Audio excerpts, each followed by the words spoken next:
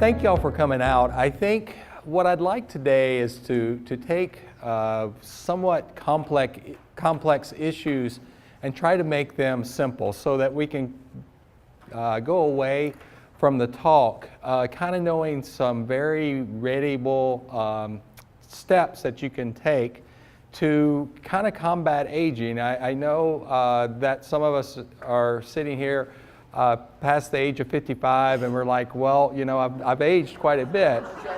So just a little. I'm trying to be politically correct here.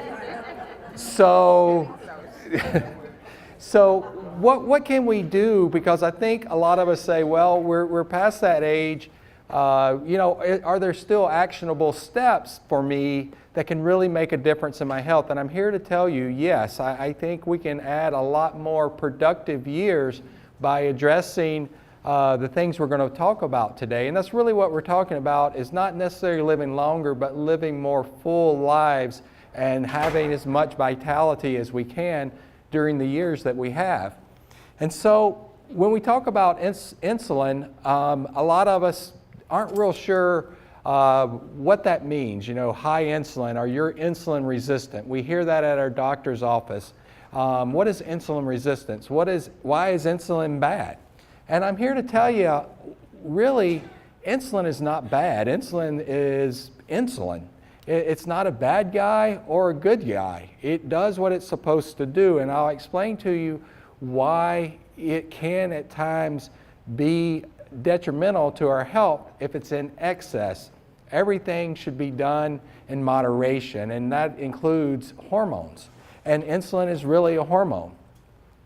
So what does insulin do? Insulin is the way we move glucose, not sugar. This is a big difference. Glucose is not sugar. They're two different things. So glucose has to move into a cell, and insulin has a receptor, so it binds to that receptor on the cell. Insulin is the information, or it's the gatekeeper for glucose moving into a cell. That's why people, when they have type 1 diabetes or even type 2 diabetes, their blood sugar, or their blood glucose is what we should say, is blood glucose goes high because insulin is no longer able to move glucose into the cell, so the glucose has to hang around in the bloodstream. That's why you get high blood glucose, is because insulin, even though it's there, is not able to make that receptor move the glucose into the cell. And when we can't move glucose into the cell, glucose is utilized by the mitochondria and we have energy. It's a brilliant thing. You know, if you need energy, insulin is produced. Insulin helps move glucose into the cell, and the glucose makes energy. It's that simple. So what goes wrong with insulin then? What is insulin resistance? So this is kind of a cursory summary of what I was talking about. Glucose triggers insulin production. So when we eat, let's say we eat a baked potato, that's really mostly 100% glucose.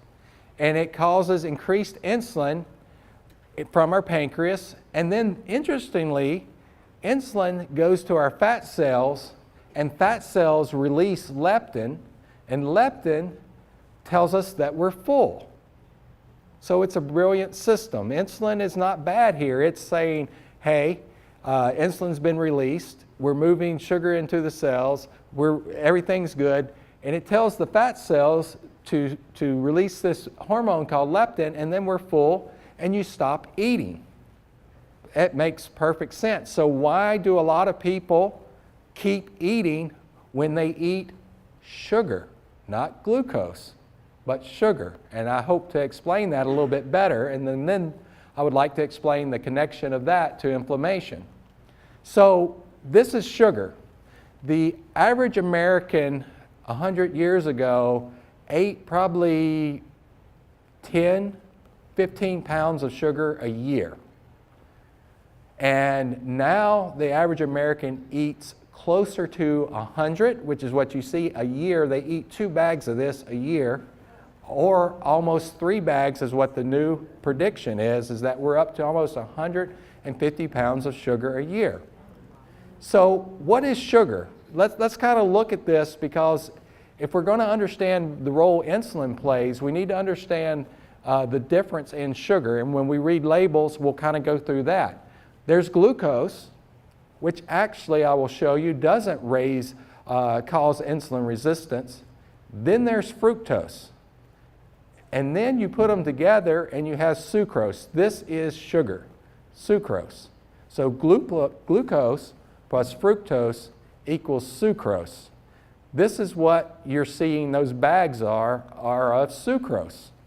And it's this addition of fructose that actually is the problem. Okay, we've been eating, the potatoes and other things. A lot of people eat those, and a lot of them aren't overweight in other countries. But it was the addition of fructose that really started complicating the issue. And what happens with fructose, you remember glucose, that when you add it to fructose makes sugar, it's good in that it tells the body we're full. But when you do fructose, fructose does not trigger insulin production. It's calories, but it does not move into the cells. Fructose does not move directly into the cells, and so fructose has to be processed in the liver, which creates its own problem. I don't know how many of you have heard of fatty liver, but here is the reason for fatty liver, is fructose. It's the only place it can be processed, is in the liver, and it makes fatty acids and increases blood fats. And we know what blood fats do to arteries in the body. So no insulin is triggered by the fat cells. Fat cells do not release the leptin, which triggers satiety, and you continue eating. And I would like to ask, which is more addictive, cocaine or sugar?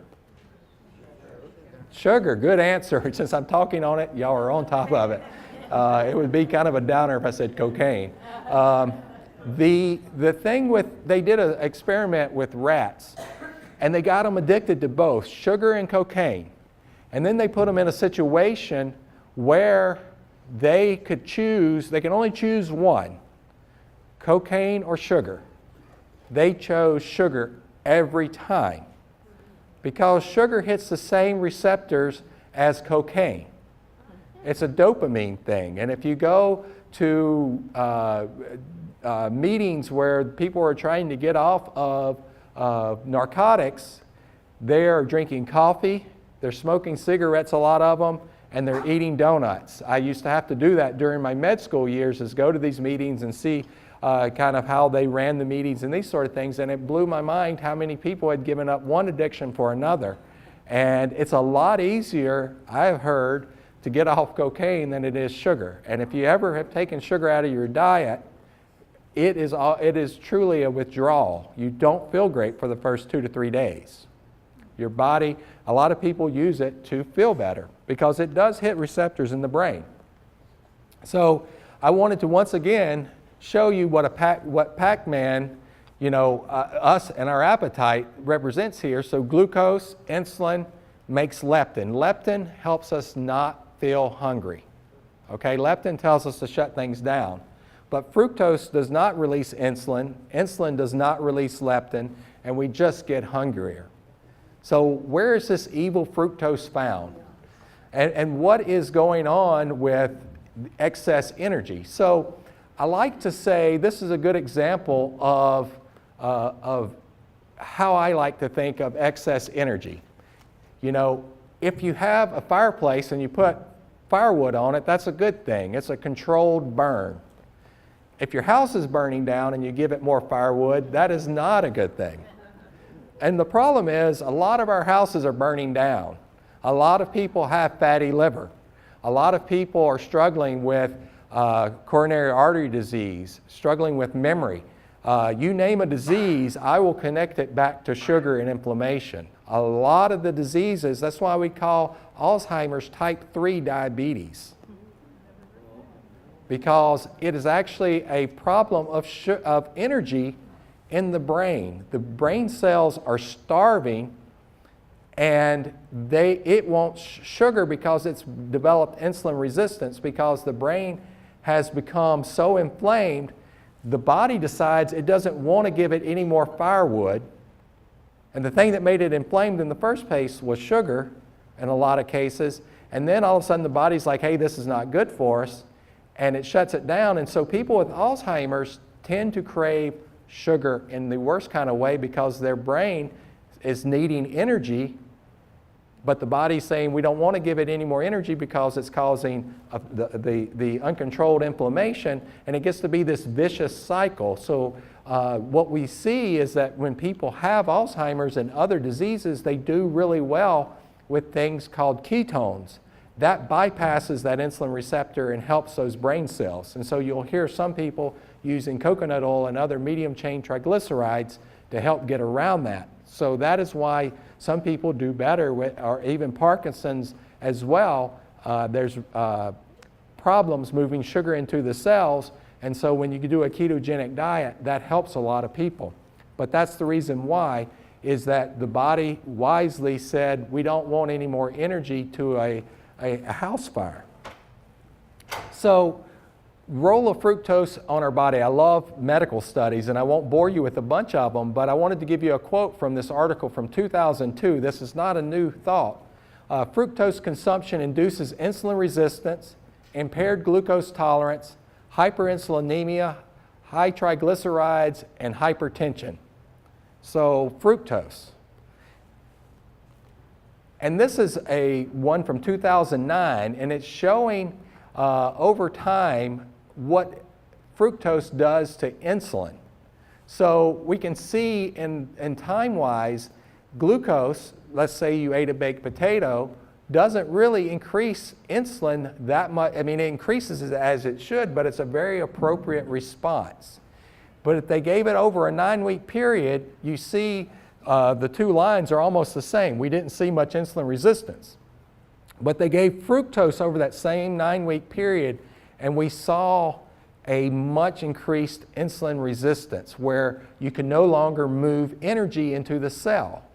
That's what insulin resistance is. You're no longer able, so you're almost like on the ocean and you're dying of thirst. There's water everywhere, but you can't drink. There's glucose everywhere, but you can't move it into the cells. So what happens? You get hungrier. The body gets the message, hey, we're not getting glucose, let's get hungry. That's why people that have diabetes, it creates this vicious circle. They're hungry all the time because they are not able to move their glucose into the cell. And it's not that the glucose is the problem, it's the fructose. So glucose plus fructose makes sucrose, and we're giving ourselves extraordinary amounts of fructose when we really have not been exposed to that in the past. And this is what's interesting. A lot of people say, oh, orange juice is a great thing to have in the morning. I'll do a challenge to you, what I find. Drink a glass of orange juice and wait 30 minutes to an hour and see what happens to your hunger. It will skyrocket. It happens I do not drink orange juice anymore because it's pure fructose almost. So when I'm not telling you fruits are bad, let's just make that clear. Fruits are not bad because they have fiber and they have a lot of other nutrients in them. And orange juice does have vitamin C and now they add calcium. But what it does is actually go straight to your liver, doesn't cause any satiety. You stay hungrier and you're going to eat more. And the calories in a can of Coke are less than the calories in a glass of orange juice. So we have to really examine what we think of as healthy. So this is a good example of what happens with increased insulin levels. So we've established glucose does appropriately increase insulin. Fructose inappropriately increases insulin. And so when you give glucose and fructose, you're really going to have problems. But when insulin wears the good hat here, it's got the white hat on, if you will, because with increased insulin, we make energy. We kind of talked about that. Actually, insulin's needed for building muscle. And if you've ever, and there was a time where I was really big into working out, and I needed to eat equal parts protein and rice or potatoes after I got done, because if I didn't, insulin wasn't being released in my body like it should, and I couldn't build muscle. So muscle, it does a great job, and it makes hormones, and insulin tells the body to do a lot of building. It's called an anabolic hormone. It is actually building. It's about building. It's not about tearing down.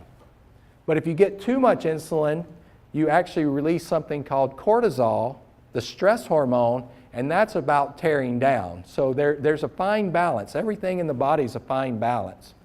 So let's say we get full, enough energy. What does insulin do then? Well, the body being smart doesn't know that we don't live 200 years ago. It only knows what it's been programmed for generations, and that is if you have excess calories, it may be a while before we eat again. You know, there wasn't always the abundance we have now, so we're full now. What should I do with this excess energy? Well, it doesn't make sense to waste it, so it goes to fat. So the higher your insulin, the more fat you're going to make. So fat does not cause you to get fat. There are some cases, there's about 15% of people actually through genetics, when they eat saturated fat, they do gain weight. But for most of us, 85% of us, it's sugar that's causing us to get fat. And even in that 15% where fat makes you fat, sugar makes them fat too. So sugar is the real reason we're seeing the increase in obesity.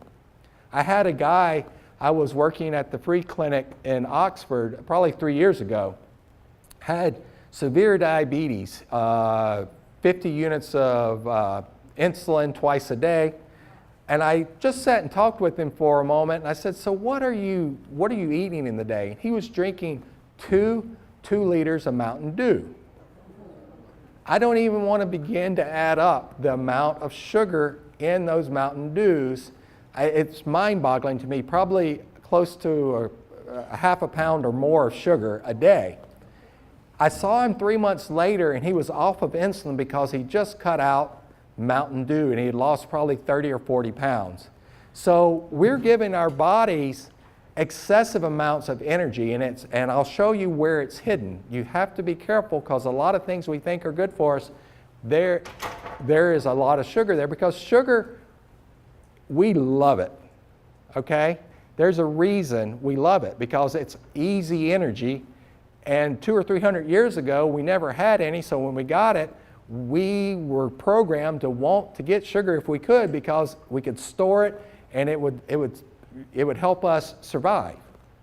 So this is the kind of problem. We've kind of gone to the perpetual fruit tree. Think about fruits. They really only come about once a year. You know, how often do we get fruits if we're not in an industrialized nation? But the problem is, you know, when we did get a chance to eat a lot of fruits and a lot of sugar, we took advantage of that. If we found honey, we tried to eat it all because it was a great way, because we weren't going to have honey for another 11 months, or we're not going to have this fruit for another 11 months. So we were taught, our body knows, if you eat fruit or you eat sugar, save that energy. It's very efficient, brilliant actually how we're made. But now the fruit tree is all the time. We're ever at the fruit tree. And what do you prefer?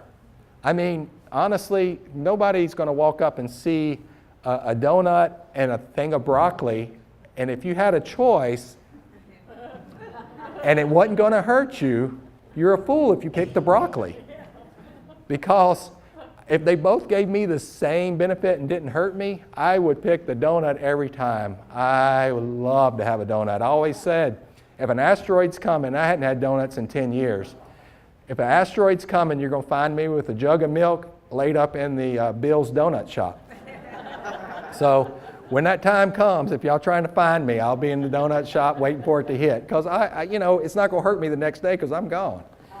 But, so this is what we prefer. It's kind of genetically programmed into us. So it has to be a conscious decision to understand that our choices do matter, and picking broccoli now, you're going to feel better later, and you're going to feel better a year from now and 5 years from now, because there's not one person here who can tell me they feel great 30 minutes to an hour after they eat a donut. If you do, hallelujah, but most of us are not going to feel better. And so this is just an interesting showing the proportion of obesity in the U.S., with my most recent graph being 2010. But you can see blue is less than 10% in 1990. In 2010, most of the states are up to 20%, and a lot of them are over 30%. And if you'll notice the concentration of the deep red, it's in the South, where I'm from, and we love biscuits and we love sugar, and dessert is at every meal, so we were really programmed there from very young. But you'll see that the obesity rate has skyrocketed. This is a real problem. And we've been talking about fat, but fat's not the issue. I think it's the sugar, and we know that the sugar rate and obesity have gone hand in hand as consumption of one's gone up, the other has. And so what role does fat play? Well, fat is its own, what's interesting about fat is it's its own endocrine system. So the fatter we get, the more hormones we send out to get fatter. It makes its own inflammatory cytokines. It causes joint pain. It causes a lot of problems in and of itself, and especially visceral fat, the fat that goes around the organs, or the fat that stores in the liver where we get fatty liver. So as we make fat, it releases more signals which make us even fatter, and it gets to be a vicious cycle. So obesity often equals inflammation. So when you're obese, you struggle with making these cytokines or inflammatory signals that cause inflammation. But a lot of people, actually the obesity that we have to worry about is the one where people have skinny arms and skinny legs, but they're really big in the abdomen because that's where visceral fat is stored. So visceral fat, that fat that goes around our organs, is really dangerous, and it does cause problems. So, but somebody being overweight, I've got people that are 300 plus pounds, and they don't have diabetes, they don't have heart disease, it's just how their body's made, and they store it everywhere though. They tend to be kind of fat all over versus right here, that hard belly. And the skinny person is not exempt either. Now we know that 3 out of 5 of skinny people are healthy. 2 of those are actually metabolic syndrome. So even though you say, well, I'm skinny, I can eat the donut, or I can drink the orange juice, or I can eat all the sugar I want, we know that 2 of those, and actually 1 of 4 people now that are in ideal weight range have fatty liver. So body size doesn't exempt you from these same issues. Can you be fat and healthy? I kind of mentioned that. You know, there are some people that are overweight, and it's just kind of how they're made, but they're making good lifestyle choices. They're going to live as long as a skinny person that's also healthy. So it doesn't all preclude you from a long, full life. So to kind of go over this again, fructose plus glucose, which is sucrose, table sugar, leads to an inflamed liver. And so fructose especially has to be processed in the liver. And so we make fatty acids, which can be inflammatory. We make excess insulin with fructose because the body's getting energy and it thinks it needs to make insulin, but it's not able to utilize it, so it creates this problem. And we create inflammatory cytokines, or inflammatory messengers to the rest of our body, that we're under attack. That's what cytokines do. And so the body kind of hunkers down and causes inflammation. And this is the same thing. These same things, fatty acids go and make visceral fat. Excess insulin makes visceral fat. Those cytokines make visceral fat. And then it goes and attacks our heart, it attacks our brain with it, and then it causes aging. So with excess insulin, we are creating excess calories, and with excess calories we create inflammatory signals, and we attack our brain and we cause aging. So a lot of us know that a smoker, this is an example of aging and self-induced inflammation. Okay? It ages us tremendously. This is free radicals. This is what's released because we're we're creating this state of a lot of inflammatory cytokines and things our body has to process. So when you're doing cigarettes, we know that that's really associated with aging. You can tell when somebody smokes 2 packs per day, they just look a lot older. And what we're talking about is that self-induced, not using something as obvious as tobacco, which causes aging. And what happens is with inflammation, we have a certain number of times that our cells can divide. And this is called telomere shortening. I don't know if y'all have ever heard of this, but this is how we can determine true age, not age chronologically, but what is your body telling us. And the more inflammation you have, the quicker your telomeres shorten. And you'll see, kind of hard to see here, is this here. This is when the telomere, the end of the chromosome, disappears. It no longer replicates, and so cells cannot regenerate, and so we get aging when the shortening of the telomere. So the telomere is our DNA, but the telomere really determines how long our cells will divide. And aging occurs when our cells quit dividing. So inflammation is the reason that occurs.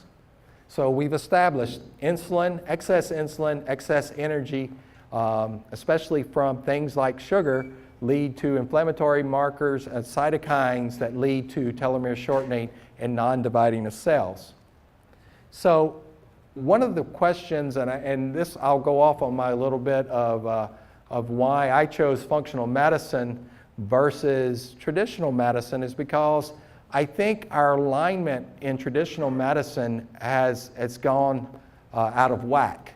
Because you, as a taxpayer, are paying for subsidization of corn, sugar, a lot of crops. You're not subsidizing organic broccoli, you're not subsidizing cauliflower, you're not subsidizing these things. Our government is now subsidizing a lot of crops and a lot of things that end up going to processed foods. These things, if you'll look, most things have cornstarch or wheat in them because they're cheap. These companies can buy corn and soybeans and all these things very inexpensively because we're subsidizing them. So the corporations are getting processed food our calories are cheap when they're processed. We add a bunch of sugar because we got corn syrup now, and now we have processed food, and it leads to obesity. Well, let's see who wins from us being obese. Well, we've got pills for that, and there's a lot of pills out there. I don't know if any of you are on insulin, but I dare you to find a drug that's gone up more than insulin has in the last 2 years. So there's a lot of money to be made with an obese population. Hospitals win. You know, if we're obese or if we have insulin resistance, we're much more likely to get heart disease, problems with memory, problems with Parkinson's. So insulin resistance, if you'll go back and look, all these diseases are connected to our sugar intake, so hospitals win. You pay for hospitals, so you're paying for our food, which making us sick. We're paying for the hospitals. We're paying for the drugs. The only person that loses in this scenario, everybody's making money, but you. And that's just the truth. It's not a conspiracy. And the problem is we have financially incentivized being sick. We're no longer financially incentivizing being healthy. There's too much money to be made with us being sick versus us being healthy. And until that paradigm changes, we're going to keep having the same problems. I think the definition of insanity is keep doing the same thing and expecting different results. And that's really what we're doing. But the good news is people are waking up. I see it every day in my practice. We're empowered. The internet's probably the best thing that ever happened. People are no longer just taking the information that we're victims and it's inevitable that we're going to get these diseases. I refuse to have the diseases of my family. I refuse to have heart problems and diabetes, and I'm going to make choices now that are going to keep me from getting those things. So let's talk about some of the ways these things sneak up on us. A lot of us try to make good decisions. We don't wake up in the morning and go, I'm going to make bad decisions and see if I can get a little older today. So which one has more sugar content, an 8-ounce Coca-Cola or a Dannon yogurt? They're about the same. So the reason Dannon is so good, they put a lot of sugar in there. A lot of sugar, and almost 6 teaspoons when you count it up. 6 teaspoons. If you can imagine getting a cup that size and filling it up with sugar, that's what we're looking at. So the things we're thinking of as we're grabbing breakfast in the morning, a lot of times you're about the same as if you grabbed a Coca-Cola. So there's one place that it hides. Beware the label though. Once you start saying, oh, well, let me start looking at sugars. Let me show you this label, and it would seem that the calories are 45 and the sugars are 5 grams. 4 calories per gram, almost half the calories come from sugar. This label is for carrots. And here's the caveat. Carrots have very little fructose. They are very low in fructose. So carrots are good for you. So it gets a little complicated, guys. And I will tell you the way to get away from the complication. Eat whole foods. It's really hard to add sugar to whole foods. They're not going around injecting broccoli with sugar or carrots. Carrots are good. And what I'm telling you is there are natural sugars out there, and they tend to not raise our blood sugar that much. Eating an apple or an orange is good because it has fiber. It's a whole food, and it doesn't hit our body like a sledgehammer, and we have time to process the fructose that is in that food. So it really comes down to being as simple as, has this been made in a factory, or is this how it came off the plant or out of the field? I want to go over some myths with people, especially when it comes to, I think you already, one of my listeners has already come up to me and told me I took Diet Coke away from him 2 years ago. I'm not sure if he's mad at me or happy. So I think he's happy with the fact that we did that. But Diet Coke is not better than regular Coke. So don't even believe that. When we look at aspartame, which has not had near the evaluation it should have before it went on the market, we know that it turns into wood alcohol and formaldehyde when it's heated.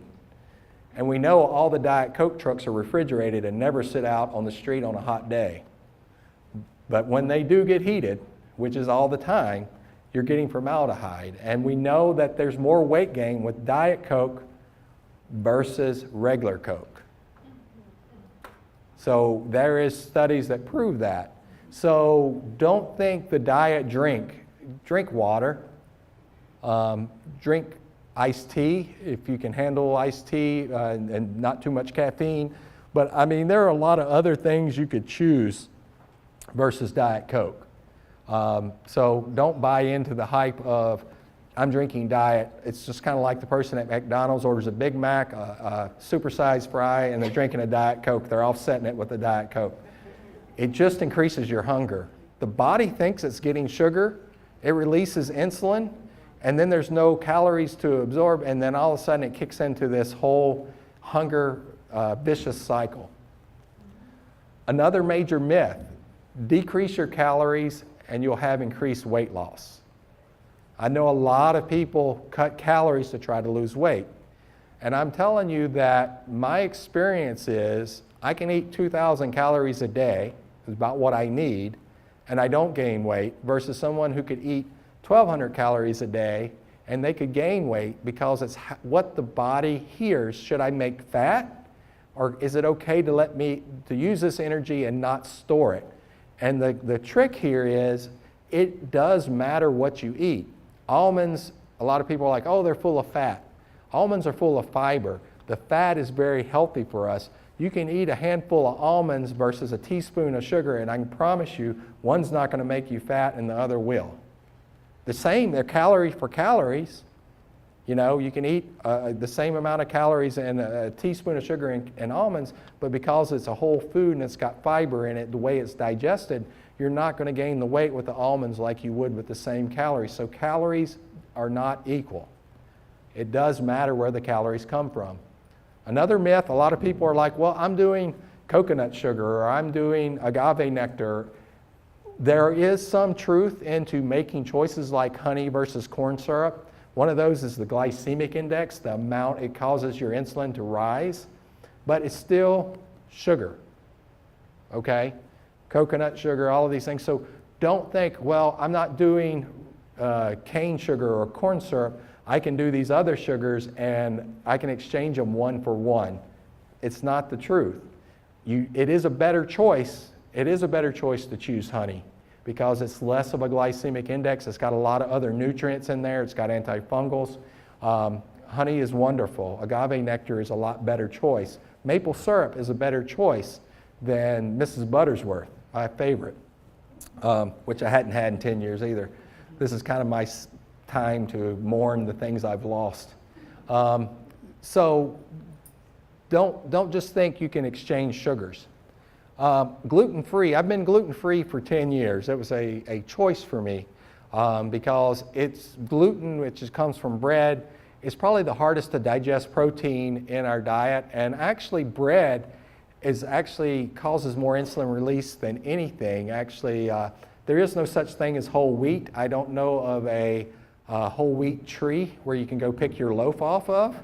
It's all ground up flour, and they leave some husk in it, and so it's got a little bit more fiber. But a lot of people say, well, I'm going to do gluten-free, and I'm going to lose weight. And some people lose a lot of weight, but then they go out and they buy a lot of gluten-free bread. Gluten-free bread still has the same insulin load as regular bread.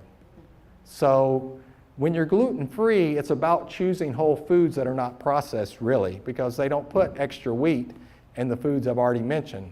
You know, whole fruits, whole vegetables, pasture-raised beef, and these sort of things. So don't go out and say, well, I'm going to do gluten-free and get away from gaining weight. Gluten-free helps a lot of people, but the gluten-free that counts is the one where you're choosing whole foods and not replacing all your gluten processed foods with gluten-free processed foods. Very bad mistake. Not a myth. Eat whole foods. I mean, this is how we've eaten for centuries. We didn't have obesity problems until the last 30, 40 years, and it's skyrocketing. And our ingestion of whole foods has went down the same. How easy is it to stop at McDonald's? How easy is it to grab something at the convenience store and a 44-ounce Big Gulp? So those are not whole foods, by the way. Here's another secret on aging and inflammation. It's not just about insulin, but there is a definite connection with lack of sleep. And I know as we get older, sleep becomes one of the most precious things because it's harder to get, and we know that's biologically the case. So getting good sleep or seeing a sleep doctor or making sure you don't have sleep apnea is really important, because when you can't breathe at night, you wake up, even if you don't remember it, so that you can get your breath. And that lack of sleep leads to insulin resistance and obesity. And with insulin resistance and obesity, your sleep apnea gets worse and you get less sleep, and we create this vicious cycle. So this is an area that we need to look at if we're having trouble with insulin resistance and aging. We know that people that have sleep apnea have over a 20-year period have double the risk of a serious coronary artery disease event. Double, just by not addressing how well they're sleeping. Yoga, so what are some of the things we can do as we get older and get past 55? We can do yoga. Yoga is amazing, and there was a study which showed that yoga is effective in reducing the blood glucose levels in patients with type 2 diabetes. So you don't have to get out and run a mile or two. you can do something as simple as yoga in the chair and other things, because that's going to decrease your cortisol, and that's going to allow you to have less insulin resistance. There is a lot of pieces to the puzzle. We've talked about sleep. We've talked about diet. We've talked about exercise, which is yoga. Another thing that we can look at is supplements. And supplements, some of us have heard studies where supplements don't help. For every one study that the news sensationalizes and say supplements don't help, which is usually very poorly designed studies, which are retrospective when they went back after the fact and go, okay, who took supplements? It's almost no real significance in that. And it really matters that there's about 1,000 papers that say supplements help for every one of those that say it does not. But there's no news media that wants to say supplements are really good for us, because there's no sensationalism in that. But saying that, hey, what you thought was true is not true, there's sensational in that sells copy. So as we say at home, don't throw the baby out with the bathwater. And that's what I would tell you about supplements. Just because there's one little study that says, hey, these people that smoked 2 packs a day and drank, and that's one of the studies, and drank a 6-pack a day, they took supplements and it didn't help them live longer. Well, I would say it probably had something to do with the 2 packs a day and the 6-pack every day more than the supplement that didn't help them. So supplements are important. We've shown that vitamin D slows down aging. We show that chromium helps with insulin resistance. And a good multivitamin, one that's actually got the active B vitamins in it, because a lot of multivitamins have vitamins in them that are actually not active and can slow down our natural processes. So you want to get one that doesn't hurt. You want to get one that actually has active things in it. And I just grabbed one that I like. It's called Pure Lean Nutrients. And you take 6 a day, which is a lot at sometimes, but this is a piece of the puzzle. This is not based, you can't eat what you want, you cannot sleep, not exercise, or do anything productive and just take supplements and think it's going to work. It doesn't, but it is a piece of the puzzle. So this is a really important piece. This one has 2,000 units of vitamin D, really important for aging. We know that it makes a big difference in insulin resistance. It has chromium, it has magnesium. All of these things are really important. You have to be careful with things like magnesium, because the magnesium you get over the counter really is not absorbed, most of it. It's mag oxide, so it really helps you go to the bathroom, but it doesn't stay around long. So that's really, I wanted to keep it as close to 45, 50 minutes, because that's a lot of information, but keep it simple.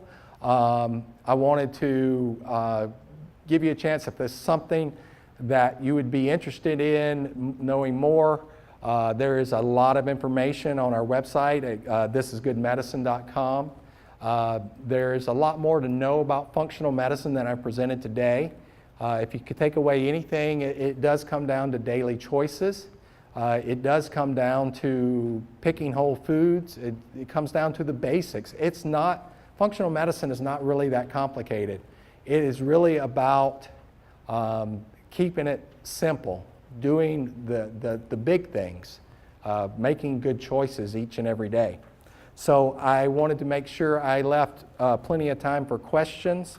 So with that, I am done, and I will gladly field any questions y'all have. Yeah, Deb? What's the latest research say on eggs these days? On eggs? Yeah, so eggs, I think they're an amazing food. I don't think there's any connection with the cholesterol from eggs and actually eating eggs and causing disease. Actually, one of the interesting things is for a healthy liver, when people get fatty livers, they're taken off of eggs and anything made of fat, which is not a very wise move, because fat did not lead to fatty liver.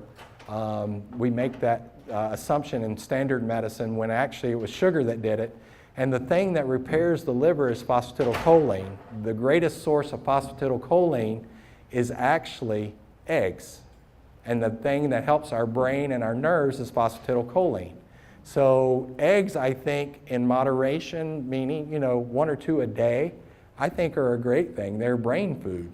So, I mean, they're a whole food. We do really well with eggs, most of us. Some of us have food sensitivities to them, but as a whole, I think I like them. Yes, ma'am. You said about orange juice. Do you mean processed orange juice or fresh orange juice? Is my food I would say when you take something that has fiber and, so the question was, is fresh squeezed orange juice and processed orange juice the same? When you take away the fiber in the way that you eat it and the way you absorb it, like when you take it from a whole orange and you eat an orange one piece at a time and you eat the peel and all the fiber that goes with that, it's much better. Even fresh squeezed orange juice is still a huge load of fructose on the liver. So even if you squeeze it yourself, I'm not saying don't have a little bit. I'm just saying don't do it in excess thinking that, oh, that's what I used to do. I used to go to the refrigerator and fill up a big 8 ounce or 12 ounce and think, hey, that's good for me. But it's not. So, 2 to 4 ounces, that's okay, but I wouldn't make it my replacement for Diet Coke. So, yes? You talked about sugar substitutes. Does that apply to all substitutes or is one better than the other? I think we're still learning a lot about the natural sugar substitutes, things like stevia. Stevia is one that I haven't really found any bad literature on.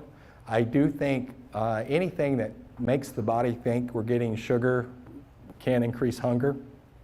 But I would say of all of them, I do like stevia from what I'm seeing from it, and it is natural.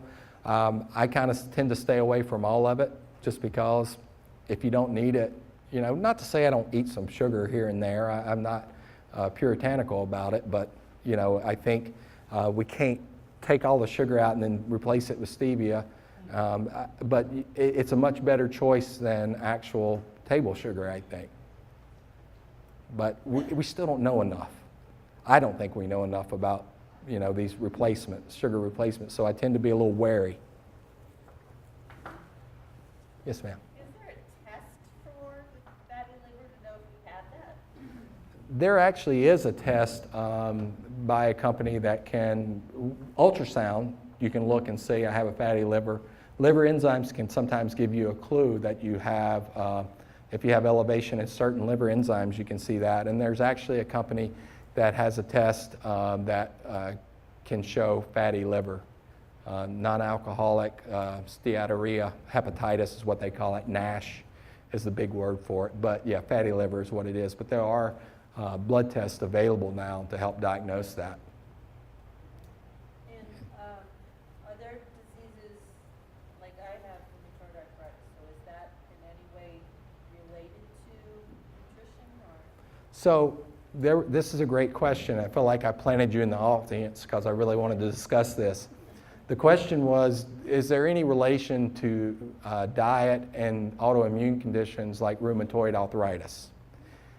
That actually, Dr. Tom O'Brien has a great series right now, Tom O'Brien, and it's very affordable, and it's probably 8 to 9 hours that you can watch on the web. And he asked, and I didn't get to watch it, but I was talking to a dentist friend of mine, and he asked all the experts in the functional medicine field of autoimmune disease, and rheumatoid arthritis, multiple sclerosis, lupus, all of these are autoimmune disease. And every one of them said the number one reason for these diseases is diet. And I will tell you a story I don't think one of my patients would mind me telling. She actually had severe arthritis her whole life, had been getting worse, and actually it's my mom, and she really was suffering, and she took a very inflammatory food, and that's why I'm not real big on gluten, but she took all the gluten, bread, and everything made from wheat, barley, and rye out of her diet, and her arthritis almost completely resolved, completely. And I had a 1.5-year-old diagnosed with juvenile rheumatoid arthritis, who they told her she had to go on Humira, and there was nothing else they could do. And they came to my office and we started working on her diet. I mean, she couldn't walk. A lot of times she had to crawl because her joints hurt so bad at 1.5 years old. And she's now 5, and by changing her diet, taking out dairy, taking out gluten, she is disease-free. And they just said it was the naproxen they were giving her that made her that way. And I know better. I know it was her diet. There's no way it spontaneously resolved when they were about to give her Humira, which is a very potent drug that blunts the immune system. So I say diet has everything to do with inflammation and with autoimmune disease. Everything. Yes, ma'am. Well, what about osteoarthritis? Osteoarthritis, great question. Y'all, yeah, I do feel like I planted y'all in the audience because I really like these topics. So there is osteoarthritis. That's the question, right? Osteoarthritis. So she wanted to know, what about osteoarthritis? A lot of us say, well, there's rheumatoid arthritis, but I just have regular arthritis. And I will tell you there's no such thing as regular arthritis. Arthritis, if you want to, let's break down the definition of arthritis. Arthra is Latin for joint, and itis is Latin for inflammation. Inflammation of the joint. It's not a disease, it's a description. So when we're born, our joints are perfect. The body takes a snapshot. As we get older, we use our joints. We've walked and we've typed and we've done all these things that make the joints less than perfect.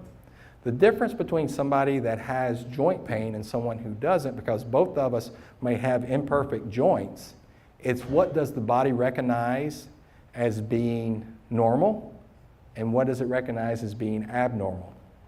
And once the body's immune system, which is inflammation, is on high alert, it's more likely to attack that which doesn't look like that snapshot when you were young. So I'll tell you, everybody's arthritis gets better with changing their diet, usually, most often. There are cases where I have struggled to get people completely free of pain, but I would say 90-95% of people with arthritis, I had arthritis severe at 33, 34. I really did. I was on Motrin a lot. My knees hurt. Every injury I ever had in my life playing football or being in Taekwondo or any of the things that I've done, I knew it. I knew every injury I had because it hurt almost every day. I just thought that was the process of getting older. I feel better at 47 than I did at 27. I don't have pain anymore. I don't have arthritis. And I don't have allergies because I addressed my diet. I took out gluten and dairy were 2 big triggers for me. I started eating whole foods and really working on my sleep and other things. But yes, I would tell you osteoarthritis is just a different way of explaining inflammation of the joints. Like rheumatoid arthritis, we say it's the autoimmune disease. Osteoarthritis is an autoimmune disease. It's a disease where our immune system is over-aggressive and is attacking that which it sees as not perfect. Does that make sense?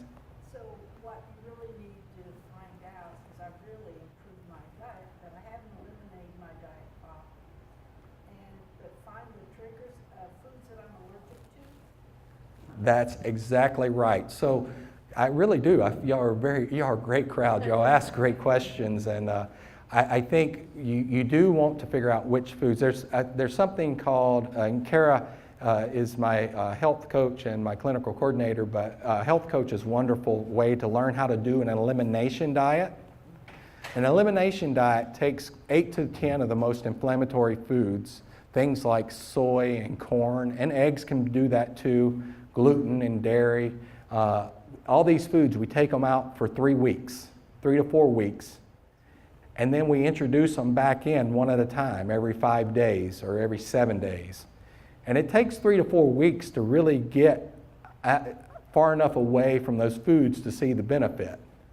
And when you're pain-free, then you start adding those foods back in one at a time, and that's the cheapest and the most effective way to figure out what are your food triggers. So that would be my recommendation, and there are a number of health coaches. Kara here can help as well. She's part of my office and can contact her. I think I had a question up here. Yeah, so you're saying within an 8-week time, maybe, we would know the difference, we would know?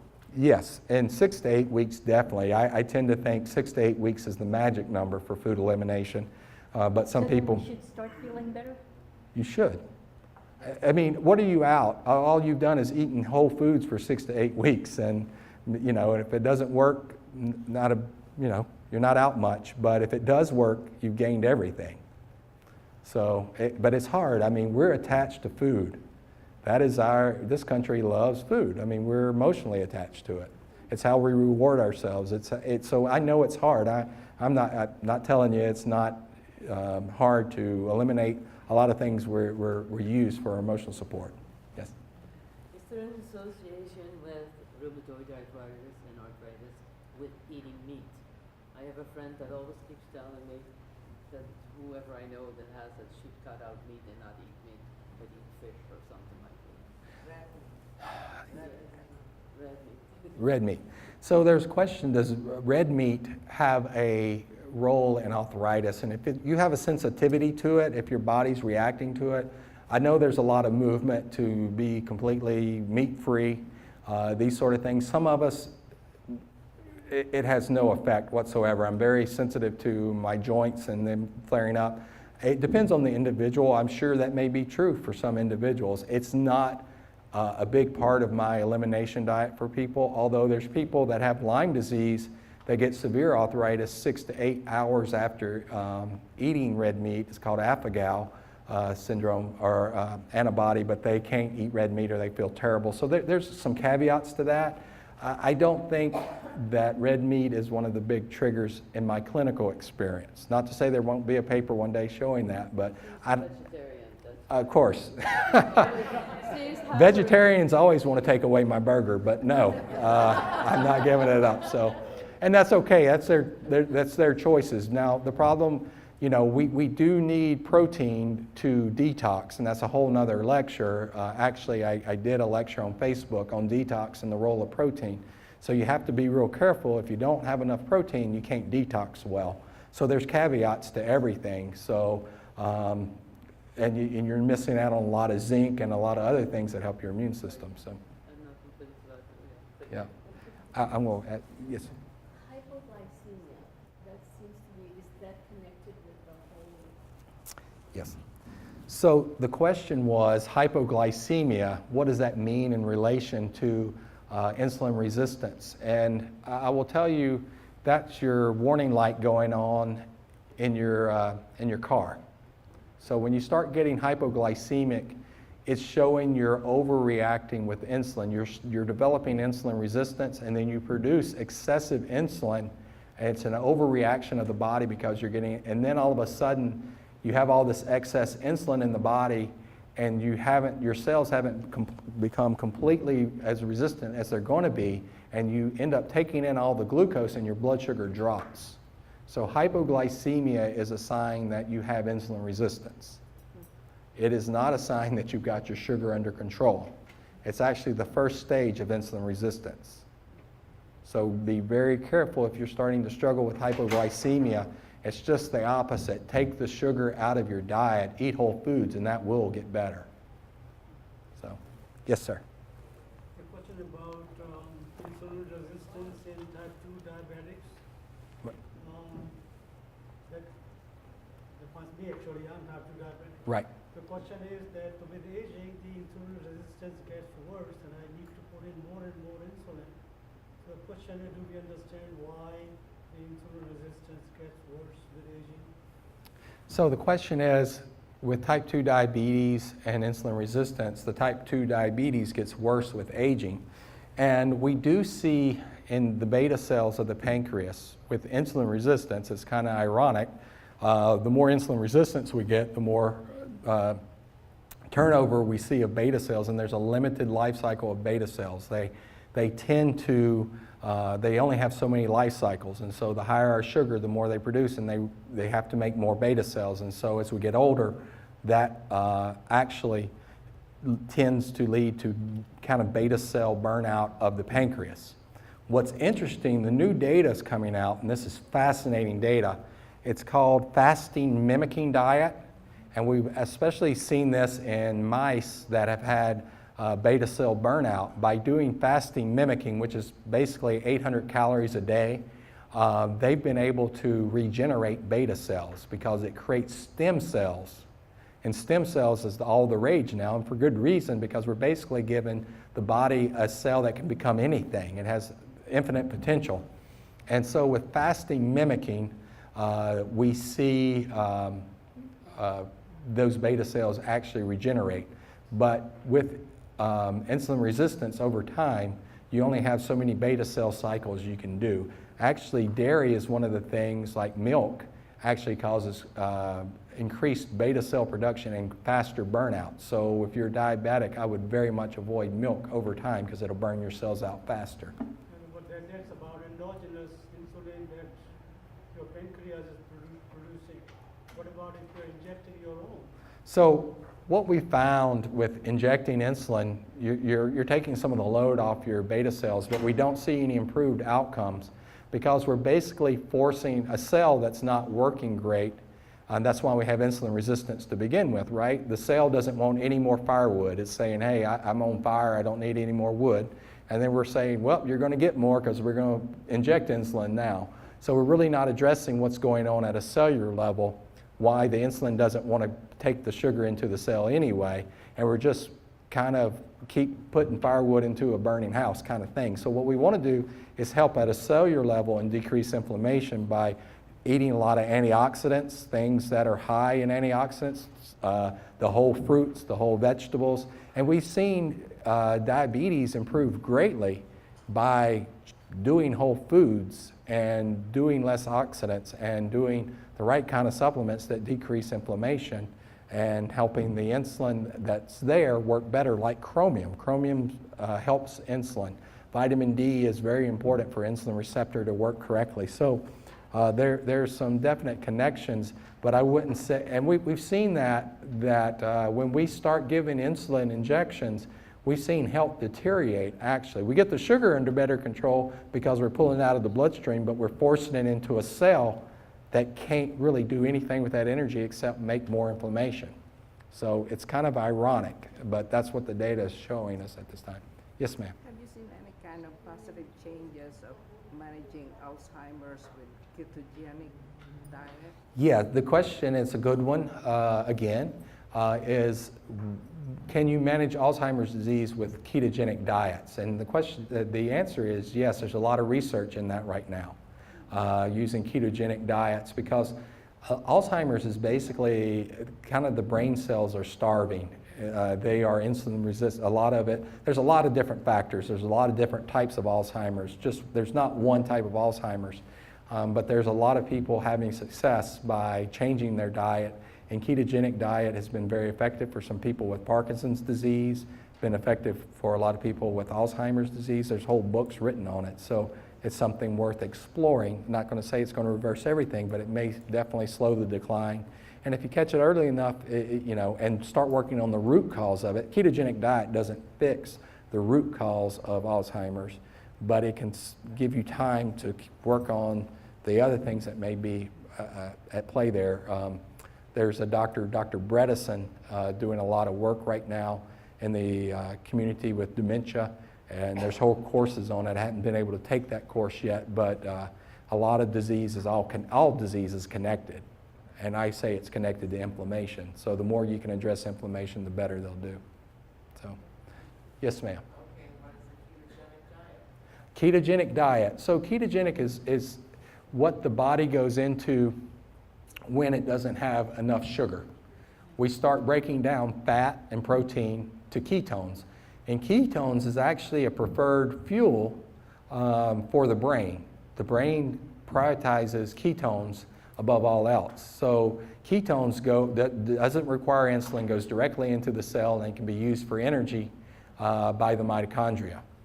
So ketogenic diet takes away all things that increase insulin, and it takes away carbs, and there's only certain types of carbs you can do that doesn't cause, and so your body goes into ketogenesis because it thinks it's in kind of a starvation state. You trick it into thinking, so you start breaking down fat and you start making ketones, which is an excellent energy source. It's a survival mechanism. So, and we see a lot of people lose weight and other things. Yes, ma'am. Okay, yeah, sure. I can't believe somebody doesn't, they want me to spell something and my accent is so good. So I will spell things. Y'all are always welcome to ask me to spell things. So ketogenic, Ketogenic.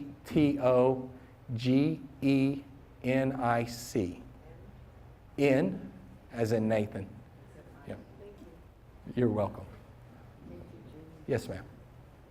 I think the biggest problem we have in America today is inertia. We sit to do everything. And what we need to do is get up and walk. At 40 years old, we bought a dog. We had it be walked every day. And both I and my husband benefited because we had to take that dog out to get walked. I can remember that I always went the same way where we lived in Granville, so that if the dog came home without me, or I took it in a conscience of a long time to do my walk, Jim would know where to find me. Yeah. Which I think is a good idea. Yeah. But we still need to walk, not stroll like we need to get out there and do this. That is true. That makes a big difference. It does. And I think inertia, I think we've become a more, definitely a more country that's more focused on being in front of Facebook and doing things in front of our computers and not out there active anymore. So yeah, exercise and walking, you know, brisk walking, it doesn't take a lot. If you want to talk about the benefits of walking, you don't have to be a speed walker to get great benefits from getting out and doing whatever kind of walking you can do. We know it has a direct benefit in insulin resistance. So I wanted to thank y'all. No more questions, and I really enjoyed coming here, and thank y'all for the opportunity. I've enjoyed it.